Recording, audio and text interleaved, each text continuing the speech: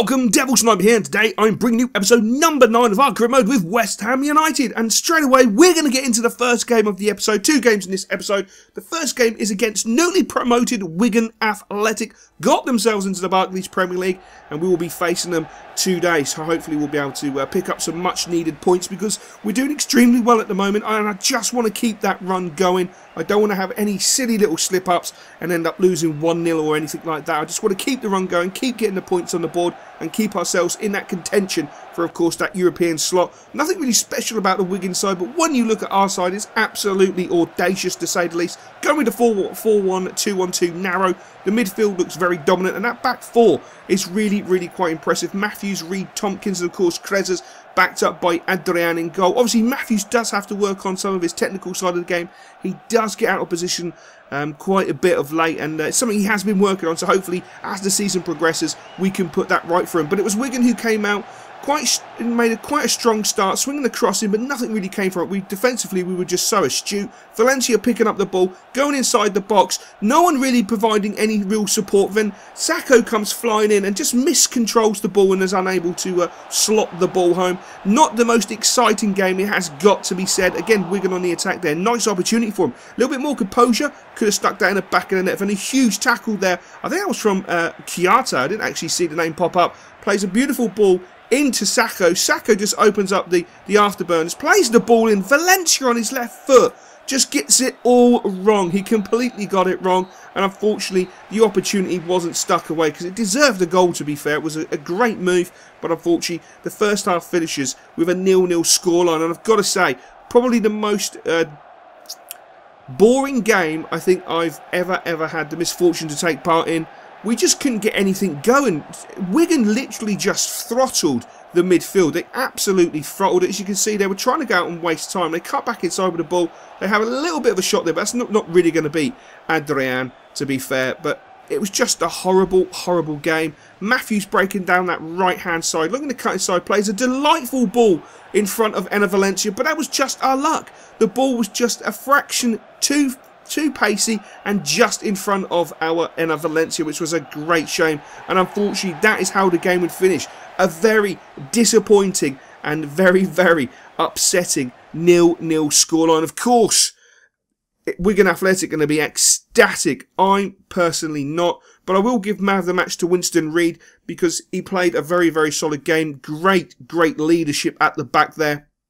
Obviously, if Noble wasn't captain, I think Winnie Reid would be captain because he was just absolutely marvellous and really governed the back four. We never looked in danger, but at the same time, we never looked to really threaten and cause issues to our opponents. But as you would have seen, Big AC comes to me and says, "Come on, Gaffer, I want some more dosh in the old back burner."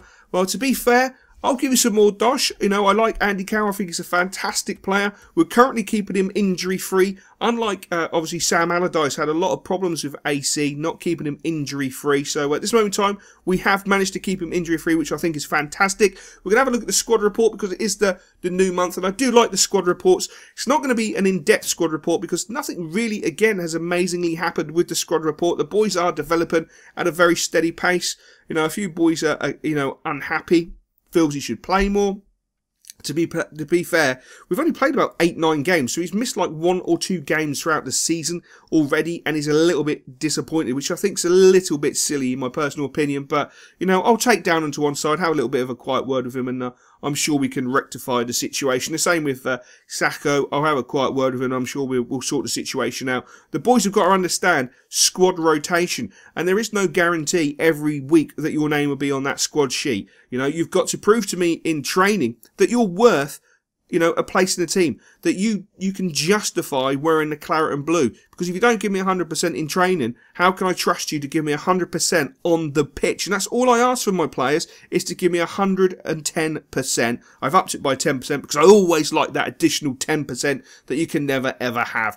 But I want my boys to work hard, I want the boys to play hard, and I want the boys to continue in the vein of form that they have started off the season with. Because we are, you know, as much as I can criticise the fact that we're not scoring the goals, we're doing something right, because we are scoring the goals when it matters and we are picking up the points. Just because we're not scoring 3 or 4 goals a game doesn't mean we're not doing the business. And as you can see, our international duty list is looking pretty damn impressive. A lot of players going away, and what you would have sitting there is a change of formation, going for the 4-2-3-1 formation at home to Stoke City. Stoke City renowned for playing a very physical game, a very, very powerful game.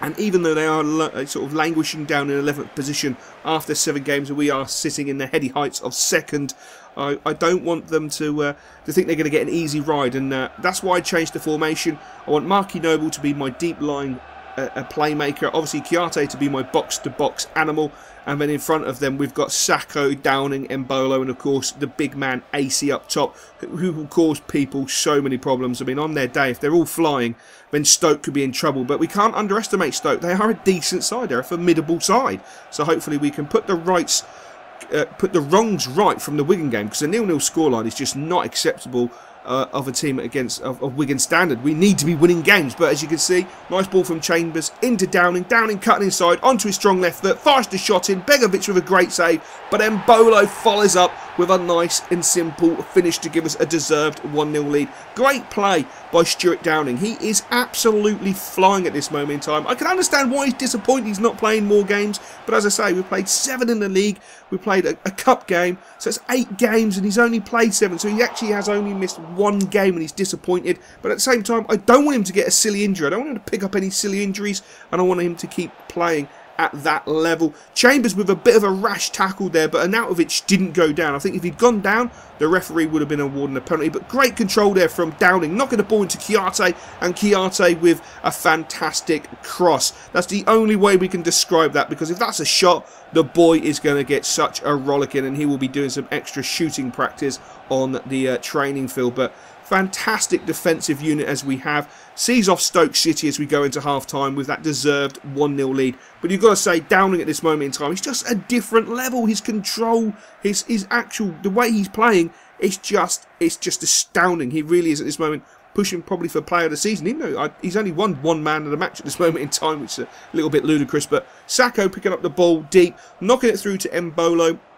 Mbolo loves to get forward. He's so good when he gets forward. He cuts back inside. Stoke just part. He tries to cut through again, and the ball is unfortunately cut out. But he's such a live wire. He really is. I decided to make a couple of changes, taking off Sacco, taking off Carroll, and bringing on, of course, Yusuf Poulsen and Enner Valencia, just to liven it up a little bit. The game had gone a little bit stale. Stoke were coming back into the game, and I didn't want them to have a foothold, so I thought the pace of Valencia would cause their back four lots and lots of problems. And of course, Yusuf Poulsen is quite handy, and he would have seen there a great opportunity for Stoke City, absolutely wasted. But thankfully, you know, Adrian is the best keeper in the Premier League and does a fantastic job. But it's Arnautovic down that right hand side. He spread the ball out wide, and then the cross in was right to the back post, and not a very good cross. And we managed to pick the ball up with Mbolo, who just brings it forward, and he plays a delightful ball into Enner Valencia, who goes into the box and pulls it back for Mbolo, who unfortunately sends it sky high. I mean, an open goal is beckoning,